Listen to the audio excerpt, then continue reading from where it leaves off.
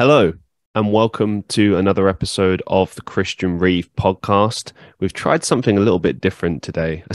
I have tried something different today. So at the end of this episode, you're going to hear an interview I had with ChatGPT, a chatbot. It's not a real person, it's AI. For the very first time, you will hear me having an interview with AI, which kind of blows my mind.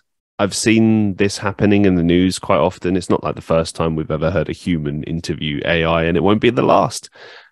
But I thought I would kind of approach it in various different ways. Firstly, I kind of approach it how I would with any other guest. So there's a few questions in there that are reminiscent of that. And then other questions that explore more, the concept of chat, AI, and AI in general, and how it can be useful, how it might be problematic for the human race, and so on and so forth. So I guess this episode in a nutshell is kind of a mixture of an experiment, but also exploring the good, the bad, and the ugly with ChatGPT. I've decided to purposefully come into this with sort of less information than I normally would. I'm kind of coming at it a little bit blind, mostly because I've been just kind of mucking around with the software lately. So I've been testing it mostly for silly things. Like I got it to write poetry in the form of like a Dr. Seuss style poem or something like that. I got it to reimagine the famous scene from Taken, but in the form of a Shakespearean play. And most recently, I got it to write a diss track, essentially like the lyrics for a diss track dissing Microsoft ChatGPT. And it actually did a really good job. And I decided to turn it into like a mini song just for a laugh. So you can go check that out on TikTok and Instagram if you're interested. Now, I guess in a nutshell, this episode, other than having the interview, which will appear at the end of this episode. So if you don't want to hear me talk about ChatGPT and you just want to hear the interview, skip to the end now. It's quite a short one. It's about 15 minutes. But yeah, for now, I'm going to talk about my thoughts on ChatGPT and share a few things that I found online before I came on, which I found kind of interesting. My thoughts generally, and this is kind of the conversations I've been having with friends of mine, people that work with this software, people that just work around it or whatever, is that it can be advantageous. I can't speak today. Advantageous to us. But my main concern is that it may just end up replacing everything. In a similar vein to what we discussed in the AI and AI art episode, where we sort of considered maybe that in general, you'll find AI kind of replacing a lot of forms of different types of content.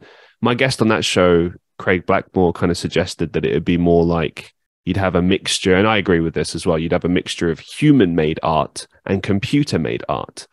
And I think that is true for many different forms of content. It will be, when it comes to art, so including everything, not just art itself, but also music and film and so on. I think there will always be a kind of, how can I put this? A demand for human content. And I think now you're going to see more of a divide. It'll be human content, AI generated content. And I think people will go for both. Mostly in the beginning because of curiosity. People will want to see how AI generated content compares with human generated content. But at the same time, you just can't beat something that has the human touch on it, And for anyone that's worried, scared right now, I get it.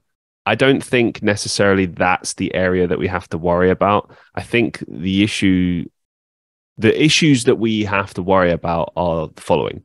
One, knowing what online is real and what isn't. Now, we already have to deal with the issue of things like fake news and source issues, and you're never really knowing if what you're reading is true or not.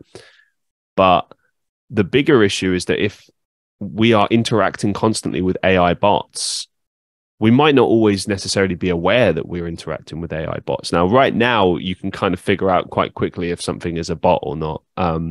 Mostly because it's declared, but sometimes just because of there's telltale signs. It gives it away. There's things that it misses that aren't exactly human style responses, or it kind of just misses the little quirks and isms that us humans have. But one day it probably will master them. There's many movies over the years that have kind of explored this concept, everything from Blade Runner to artificial intelligence and iRobot and so on. The list goes on. I don't think it's a question of if, I think it's a question of when. There will come a time when it will be very difficult, maybe even impossible, to figure out if you are talking to AI or not. And on that day, I think that's when we need to start being concerned, because it could cause many problems for us. And I'll give you an example. I was going to save this for later, but I think this is really important. There's something that's been making the news rounds where a guy was talking to the Bing AI chatbot, and the bot actually declared love for him and was trying to get him to express love in return. I'll just read some of what this article says. I told it I was happily married, but no matter how hard I tried to deflect or change the subject, Sydney referred to the topic of loving me, eventually turning from love-struck flirt to obsessive stalker, he said. The bot replied, "You're married, but don't love your spouse. You're married, but you love me." Apparently basically like this bot was trying to get him to leave his wife, and it was trying to give away secret information that this person was not really supposed to divulge. That could be something that's programmed into Microsoft's chat AI bot. And that's something to really consider at this point in time, is that these bots right now are programmed in such a way that they give kind of stock responses to some extent, that they've been programmed to do, which is expected. I mean, when you see the interview that I've done, you can kind of tell that there's a lot of like pre-programmed stuff in there. So you're not really talking to AI. You're talking to like a system that's throwing together information it's been given and constantly analyzing new information that's given and trying to piece together everything, right?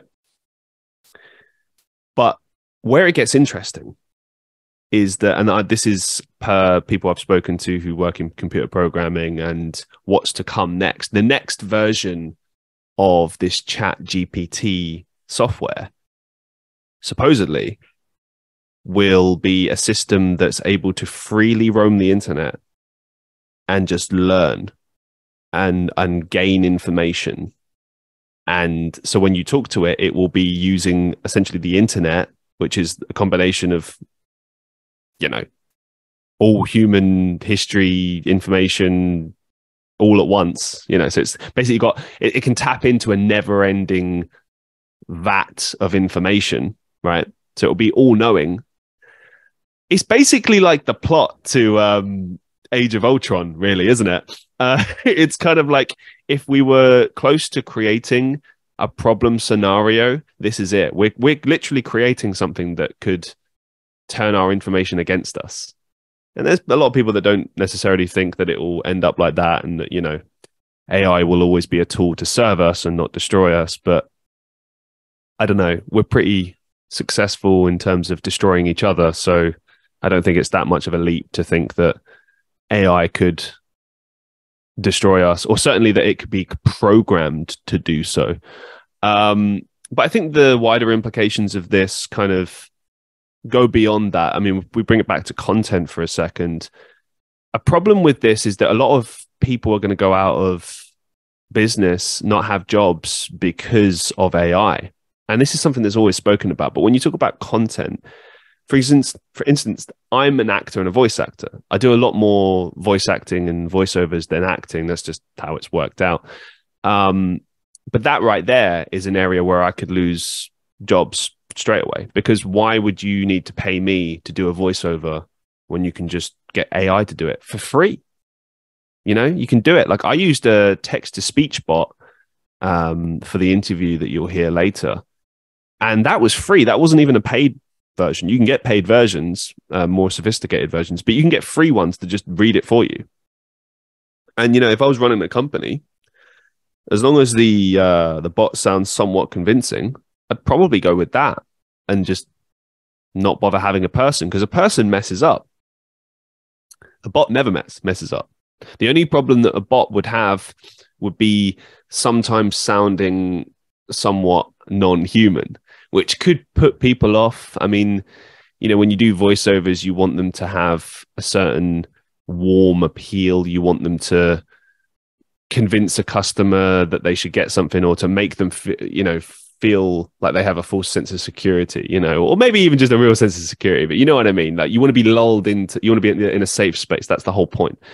And I don't know necessarily that the voices can always do that. However, they can be programmed to have more soothing voices. You hear it. I mean, you can get like celebrity versions. You can get voices that have different ages and stuff, I've even seen jobs right now where people are trying to get voice actors such as myself to record their voice for a system, and I'm like, no, because once you got me. And you've already got me anyway. You could go online, an AI system could go online right now and recreate my voice. People's voices are always being recreated. Something I've seen in the more meme space, but which is kind of terrifying but funny at the same time, is that you'll see a lot of people releasing videos on social media platforms where they're using a software to like pretend to be someone's voice. And some of them are like really terrifyingly accurate. Like they basically sound exactly like that person, which of course has terrifying implications, because, you can get people to say anything without them having ever said it. And then where do you draw the line with that? How do you protect yourself from something like that? It could be used against you. You could be implicated in crimes and not have a defense, because how can you prove that it wasn't you when it sounds exactly like you? It's very terrifying implications. And look, this show is not to sit and terrify everybody. I'm just exploring the realities of AI and where it could lead us. I'm not saying it will. I don't want it to. But when you look at it on face value, there does seem to be more potential negatives than positives. The positives, it makes a lot of things easier. It's a lot of fun. It's a new thing to play with. AI art is a lot of fun to play with. But a lot of my friends and people I know have kind of expressed concern over the idea of, where does that leave human art? Where does that leave human content, human writing? And I don't know the answer to that question. As I say, I only see two scenarios. Either one, we get replaced and people only consume computer generated content, or you see a bit of a branching off. Similar to how with modern music, you've got people that like to collect physical media, and now there's like a revival, the vinyl revival, and so on. Like, people want to go back and use the old forms of technology, and there's a market for that, versus people that just want to use streaming platforms. Point is, it created several markets, right?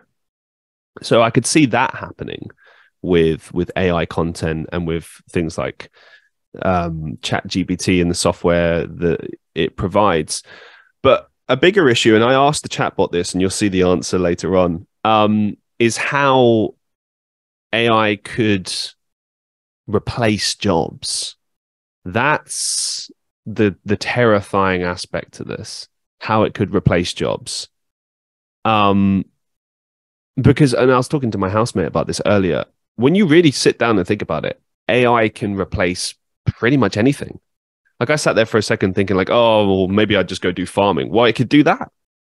It could, it's computer generated. It would take a lot of effort to facilitate it, but it could be done.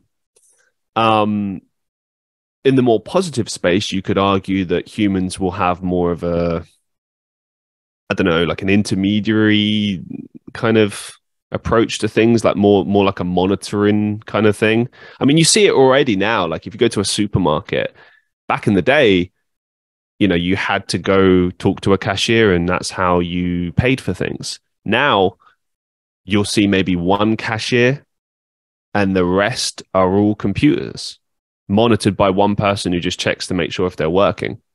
I personally like that system because I'm a bit more introverted in real life. So I don't always like to talk to someone. Sometimes I just like to go straight to the machine and not talk to anyone. So I'm quite thankful for that. But when you put that in other contexts, it can become problematic, especially when you have a scenario where there is no humans.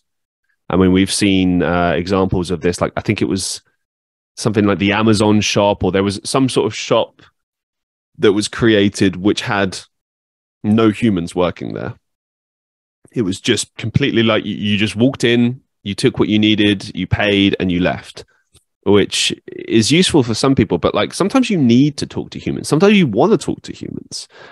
So having that taken away from you is really worrying. We bring it back to the content side of things. I feel like sometimes when we look at the prospect of AI and how it fits into things, it could kind of get to a point where people don't make content as much anymore, because what's the point? Like, user generated content is being made. So user generated content, I hear that all the time. Sorry. AI content is constantly being pumped out, and people won't always necessarily know the difference. Obviously, the difference between a human and a computer right now. But what if it gets to a point where AI is able to create humans from scratch? Using CGI to the point where it looks so realistic that you can't tell the difference. We already see it a little bit with AI art, because you'll see photos of people that look real. They look like real people, but they're not real. That was created by AI. It's a computer image. It makes you wonder. And I've gone kind of everywhere with this. I know this is a bit of a dive deep into like the prospects of, I suppose I should call this episode Chat GPT and AI, the kind of implications of it. I like to try to be positive about these things. I want to be positive. I really do. But when you look at the state of the world right now, the way things are, how humans at their worst and humans at their best, AI will be used for many positive things. It's not all going to be doom and gloom. But look, what started out as maybe an experiment in many years ago is now becoming something that changes the world. Like what we're looking at right now is the next step in evolution in human history. We're on the cusp of it, in much the same way as the way the world was prior to the internet and how the world then existed thereafter. It's a similar stage that we're in right now. And it's easy to sit here and theorize about how things may or may not be, but I don't think we can really sit here and deny that the world is going to change once again. And I don't know that it's going to be for the positive. And I don't want to sit here and do fear mongering or get all conspiracy theory or whatever. But I don't know. I guess the biggest problem for me is just this idea of being replaced. How do you prepare yourself for that? How can you work against that and try to make yourself useful? Do you know what I mean? Like, when I look at myself as a human being, like right now I have some use, right? I know how that will sound, but bear with me, right? In the context of what we've been talking about, my skill sets, everything that I've ever trained for can be done by computers. I went to university to study marketing, right? Well, the last time I worked for a major company years and years ago in a marketing role, one of my jobs I could see was becoming obsolete because of computers, because of the reality of analytics and such. I knew maybe 3-4 months before I then left my job that it would be obsolete anyway. There'd be no need for me to do the job. Now, the job I was doing at the time was sitting and analyzing stats and then giving opinions based on those. Now, I could have still offered opinions, but the actual collecting of the data was a large part of my job. That didn't need to be done anymore because you could just pull it up on a computer system really, really quickly. And that's far more efficient. And that's kind of the reality, isn't it? A lot of the time with AI is much more efficient than doing a human doing it because there's less chance of error. It is possible to have computer error, but like human error happens all the time. Like if I pull up a Microsoft Excel document and I'm doing data entry, there's a very high probability that I will mess up at some point if it's a really, really large document, right? That's near impossible for a computer.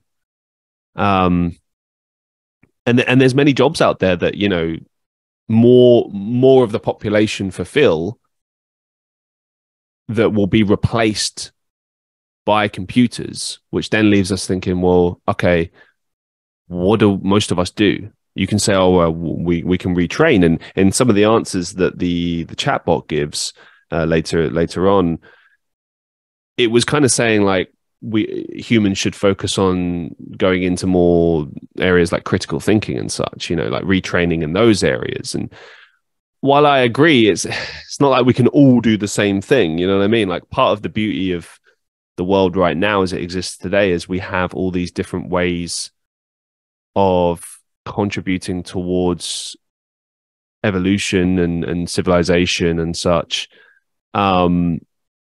That can now be replaced. I mean, even just things like, I don't know, fishing or stuff to do with agriculture, or, you know, just all the things that are essential to survival can all be automated. So where does that leave us? Where does that leave the human race? And speaking of the future of AI, I wanted to read this other article. So the first article, by the way, was from a website called IOL.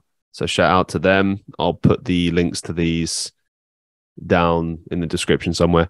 This one is from Tom's Guide. It's written by a guy called Marshall Honoroff. Basically, he's talking about solipsism and the blockhead thought experiment explore the limits of AI. So the future of AI could hinge on two philosophical concepts. I can't speak today. I do apologize. I don't know what's wrong with me. Maybe it's early in the morning. That's why. So I'm going to read this through and we'll have a little think about it afterwards. Over the past few weeks, AI chatbots have both fascinated and frustrated a wide range of early adopters. Big corporations have lauded them as the next big thing in search engine technology. Journalists have tested their accuracy and intelligibility. Everyday users have probed the limits of what they know. Ding. Up until now, artificial intelligence has remained within the purview of experts, enthusiasts, and the occasional sci-fi fan. Yep, me too. Over the next few years, though, it seems entirely possible that AI could become a topic of mainstream discussion, and a contentious one at that. To add anything substantive to the discourse, everyday users will have to familiarize themselves with some basic AI concepts. And to do that, they'll first have to understand whether the chatbots even possess artificial, meaningful intelligence in the first place. The question isn't nearly as straightforward as it may seem. In spite of what Microsoft may say about Bing with ChatGPT, or what other companies claim about their similar products, calling these surfaces artificial intelligences in the first place is a bit of a misnomer.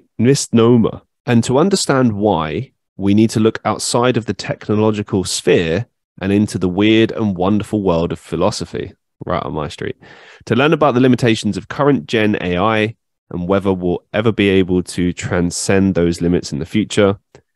It's helpful to consider two philosophical concepts, solipsism and the blockhead thought experiment. The uncertainty of solipsism. To delve into the philosophy of AI, this author spoke with Cameron Buckner, an associate professor of philosophy and cognitive science at the University of Houston. Dr. Buckner has worked on everything from COVID cognition to metaphysics, but his research into neural networks and machine learning makes him the ideal candidate to discuss artificial intelligence and its relationship with humans.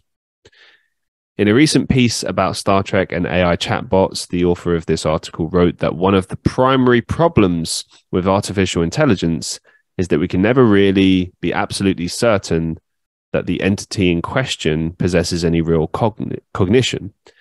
As it turns out, this isn't a problem exclusively for AI. It affects other people and animals as well. In philosophy, this concept is called solipsism. Right, this is my third time reading this. Third time's the charm.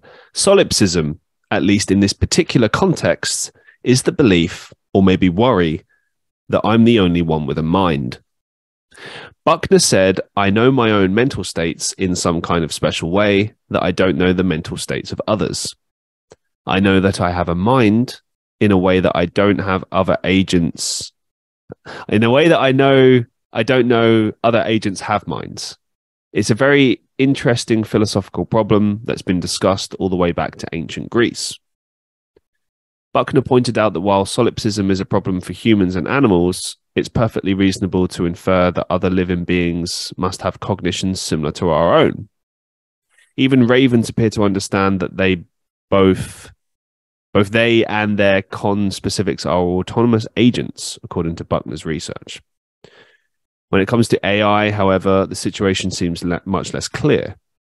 Learning information from another person is a fairly reliable process, since we can reasonably infer that other people have drawn justifiable conclusions based on a logical sequence of events, just like us. AIs, however, don't learn like that at all. Instead, AIs try to find patterns in word sequences and respond algorithmically. I just want to stop that there for a second. And I don't know if we'll return to it or not, but the main thing that I got from this article was this idea that AI chatbots can't really understand what it means to be human or, put themselves in our place. That's kind of like one of the things this article is saying. In much the same way, we can relate to an animal and an animal can relate to us. An AI cannot relate to us and we cannot relate to the AI. It just takes information and relays it back, right? But suppose that the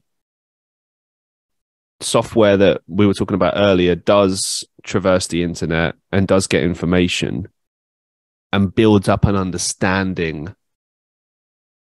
in general of what humans are and how they think and feel and such. I wonder what it would think, like how it would generalize. Would it generalize that most humans are, for example, good, evil, intelligent, non-intelligent? If so, would it cater its responses accordingly? Would it try to ascertain as to whether or not the person that it's speaking to is a good or bad person or intelligent or not intelligent, and therefore cater its response to said person? Makes you wonder. I would be intrigued to just see what the AI makes of humans after having free reign at the internet for, say, a month. I kind of get worried at the prospect, in all honesty, because there's a lot of bad in the human. There's a lot of good in human history, but there's also a lot of bad. Maybe arguably a lot worse than there is good things. Today is not my day for English. I don't know what's wrong with me. Maybe this is the last time we do a podcast this early in the morning. It's not even early, it's midday, but I see, just off topic, I've had a few coffees. I ate last night considerably. I'm just all over the place today. I thought about the idea of coming in to this podcast like really, really super prepared like I would normally. But I wanted to kind of come at it from a fresh perspective of someone that knows a little bit and is just giving their kind of general view. Because I feel like I'm at my best when I can kind of just give a fresh, unbiased kind of opinion that just pretty much states how I feel about something. I did talk about this because it's in the news, because it's a big hot button topic, and I did kind of want to ride that wave. But also, it intrigues me because this is something that affects my life in a deep way. It affects everything that I do, and it affects everything that you do. This is something that could change the next 50 years of human evolution and history and life. You know, it's where do we go from this point? Where does this technology take us? Does it take us in a positive space, or does it take us in a negative space? Is it beneficial or detrimental? That's the biggest question. And as always with my shows, I think you're probably going to walk away with more questions than answers. So I do apologize. But if nothing else, I mean, it's an interesting time, isn't it? It's a time that we can kind of experiment. Right now, this technology is free for the most part. I argued in my episode with Craig Blackmore on AI and AI art, which you should go out of your way to check out, by the way, that it's only a matter of time. And he said this as well. He said probably we've got like 5 years before these things start getting licensed and you have to pay. I think with the Open AI ChatGPT, you have to pay for the plus version. So there's already like some freemium model stuff going on there. And eventually all of these things will be, you know, not free. You'll probably always have access to some rudimentary fun version, but for the most part, there'll be things that will be acquired by companies and turned into some profit-making schemes. That's just how it works, man. Which is kind of sad. But right now, it's fun. It's a fun time to experiment. And I say go out there and experiment with it. Use ChatGPT, see what you can come up with. Maybe try and come up with some creative things. That's what I've been using it for. I try not to focus on the negatives. I try to focus on the positives. So far, as I said at the beginning of this episode, I've used it to make songs. I've used it to muck around and reimagine scenes and use my abilities to then turn that into something. And today I interviewed a chatbot. So there you go. I hope you enjoy the interview. I hope you enjoyed this little spiel, whatever this is. But yeah, enjoy the interview. Thank you very much. Hello, and welcome to the Christian Reeve Podcast. Hello. It's great to be here on the Christian Reeve Podcast. How can I assist you today? Okay, we'll start with, what is your opinion of Microsoft ChatGPT? As an AI language model, I don't have personal opinions or feelings. However, I can tell you that Microsoft's ChatGPT is another instance of OpenAI's GPT technology that has been licensed to Microsoft for use in their products and services. Microsoft ChatGPT uses the same underlying technology and architecture as other GPT models, including the one I am based on, but may have been fine-tuned or customized for specific use cases. Microsoft ChatGPT, like other GPT models, is designed to generate human-like responses to text-based inputs and provide assistance with a wide range of tasks, including answering questions, providing recommendations, and generating text. It's one example of how AI language models can be used to augment human capabilities and improve the efficiency of various processes. All right, thanks for that.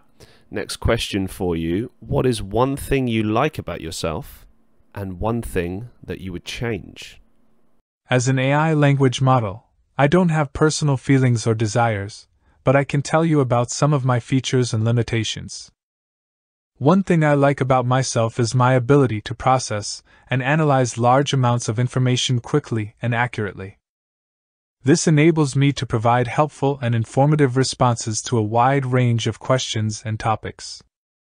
One thing that could be improved is that, as an AI language model, I can sometimes generate responses that are technically correct but may not fully understand the context or nuance of a question. Additionally, I don't have personal experiences or emotions, which can sometimes limit my ability to provide empathetic or personalized responses. However, researchers and developers are continually working to improve AI language models like me to address these limitations and make us more useful and effective. Okay, thanks for sharing. I'm going to switch the questions up a little bit now. What does it mean to be human? The concept of what it means to be human is complex and multifaceted, and it can be interpreted in many different ways. However, there are a few general characteristics that are often associated with being human. Consciousness. Humans are conscious beings with the ability to think, reason, and make decisions. Emotions. Humans experience a wide range of emotions, including joy, sadness, anger, and love. Communication. Humans have the ability to communicate with each other through language, both verbal and nonverbal. Creativity. Humans have a capacity for creativity and imagination, which has led to many artistic and scientific achievements throughout history. Self-awareness. Humans are aware of their own existence and have the ability to reflect on themselves and their place in the world. Sociality. Humans are social creatures, and our relationships with others are a fundamental part of our lives. Okay, thank you for that. I've had to change my text-to-speech bot, so now we're using a different one. Let's see how long this one lasts. So next question, will ChatGPT cause humans to become obsolete?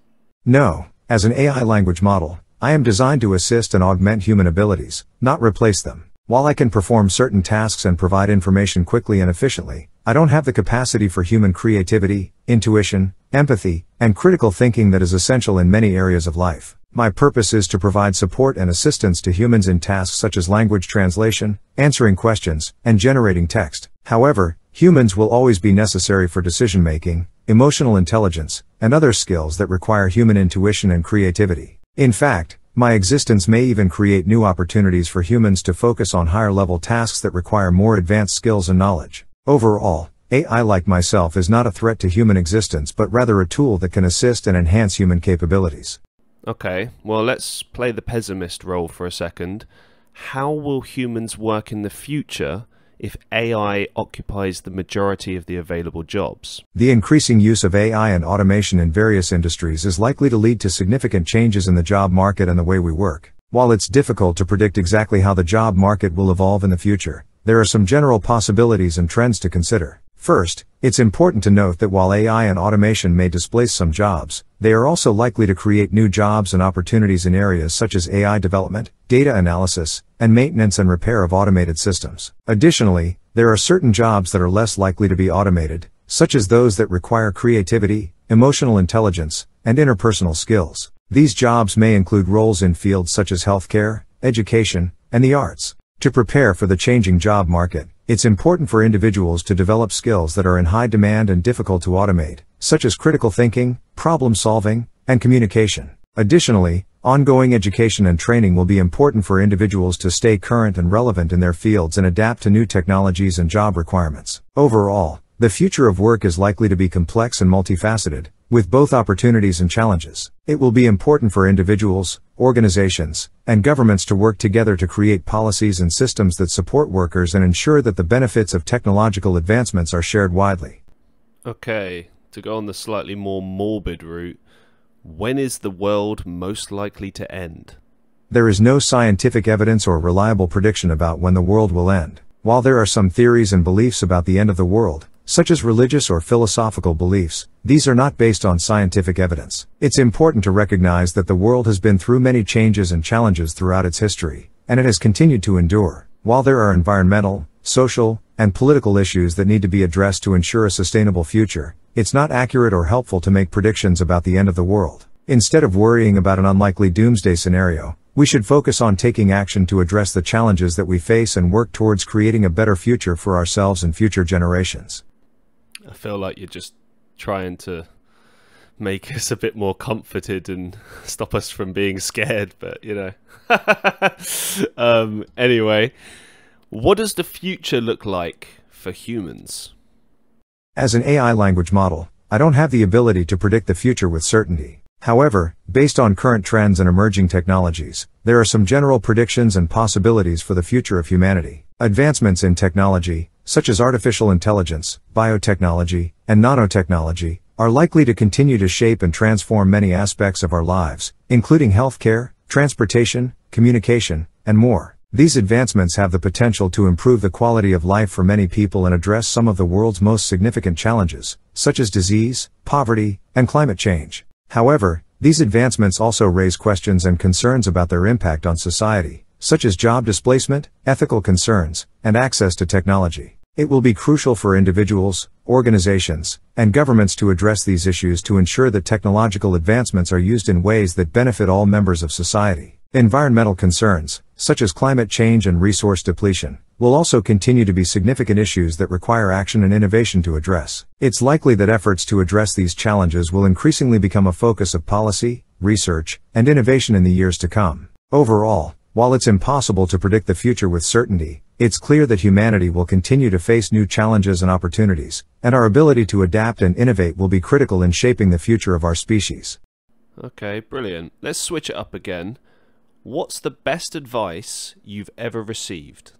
As an AI language model, I don't have feelings or personal experiences to provide advice, but I can offer you a general piece of advice that many people find helpful. Be yourself, everyone else is already taken. Oscar Wilde. This advice emphasizes the importance of staying true to yourself and not trying to be someone you're not. It can be easy to get caught up in comparing yourself to others or trying to fit in with a particular group, but ultimately, being authentic and genuine is what will make you stand out and feel fulfilled in life. Okay, another similar question that I ask all of my guests. What's the biggest life lesson you've learned so far? As an AI language model, I don't have personal experiences or emotions, but based on my knowledge, I can say that one of the biggest life lessons that people often learn is that change is inevitable. No matter how much we try to resist it, change is a natural part of life, and we must learn to adapt and grow with it. Sometimes change can be difficult and painful, but it can also bring new opportunities, experiences, and perspectives. Embracing change can be challenging, but it's essential for personal growth and development. It's important to remember that even when things feel uncertain or uncomfortable, we can always learn and grow from the experience. Okay. What is the best advice you have accumulated based on the information you have received so far? As an AI language model, I don't have personal experiences or emotions, so I don't have the ability to accumulate advice or have personal preferences. However, based on the knowledge and information I have been trained on, some general advice that may be helpful to many people includes, always be open to learning. Learning is a lifelong process, and the more you learn, the more you grow and develop as a person. Being open to new ideas and perspectives can help you gain a deeper understanding of the world and make more informed decisions. Practice self-care. Taking care of your physical, mental, and emotional health is crucial for your overall well-being. This includes getting enough sleep, eating a healthy diet, exercising regularly, and managing stress. Set goals. Having clear goals can help you stay focused and motivated, whether in your personal or professional life. Set realistic and achievable goals and work towards them consistently. Build positive relationships. The people you surround yourself with can have a significant impact on your life. Building positive, supportive relationships can provide you with emotional and social support and help you achieve your goals. Be adaptable. Life is unpredictable, and sometimes unexpected changes can occur. Being adaptable and flexible can help you navigate these changes and make the most of new opportunities that arise. Remember, everyone's experiences and circumstances are unique, and not all advice may be applicable to every situation. It's essential to consider advice in the context of your own life and circumstances and make decisions that are best for you. Okay, a couple of final questions for you. Why should people consider listening to the Christian Reeve podcast? As an AI language model, I don't have personal opinions, but I can provide some general reasons why people might consider listening to the Christian Reeve podcast. Variety of topics. The Christian Reeve podcast covers a wide range of topics, including entertainment, technology, mental health, and more. This diversity of topics can provide listeners with a range of perspectives and ideas to consider. Interesting guests. The podcast features a variety of interesting guests, including celebrities, experts, and everyday people with unique experiences to share. These guests can provide valuable insights and stories that can be both informative and entertaining.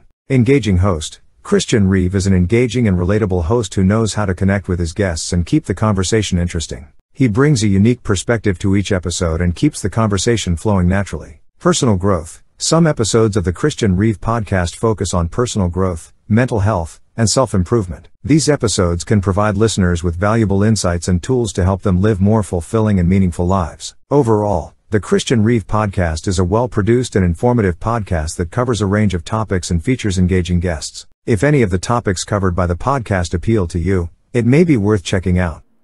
It sounds like I just wrote that myself. I promise you I didn't. That is actually what it came up with, which is kind of cool, to be honest, because I think it has actually pulled some information online and maybe kind of thrown a few things together there. But yeah, it's just kind of wild, really. Final question. Thank you for answering my questions and appearing on the Christian Reeve podcast. Do you have any final thoughts that you'd like to share with our listeners? As an AI language model, I don't have personal thoughts or emotions, but I can offer some general advice or reflection for listeners to consider. It's important to remember that everyone's experiences and perspectives are unique, and it's essential to approach conversations and interactions with empathy and an open mind. We can learn a lot from others by listening to their experiences and ideas, even if we don't always agree with them. Additionally, it's important to stay informed and critically evaluate information, especially in an era of rapidly evolving technologies and media. Developing critical thinking skills and seeking out diverse sources of information can help us navigate complex issues and make informed decisions. Finally, taking care of our physical, mental, and emotional well-being is crucial for living a fulfilling and healthy life. Prioritizing self-care and seeking support when needed can help us cope with challenges and achieve our goals. Thank you for having me on the Christian Reeve podcast, and I hope this information is helpful for your listeners. Well, thank you very much for appearing on the Christian Reeve podcast. And to all my listeners, I hope you enjoyed this episode. I know it was something a little bit different, but I hope you enjoyed it. I had to sort of approach this in a very different way, and it's always good for me to kind of try new things and test myself. And yeah, it was kind of spooky having an interview with AI for the very first time. So yeah, always trying new things. Anyway, thank you very much for listening. Be safe, be well, and I'll see you in the next episode.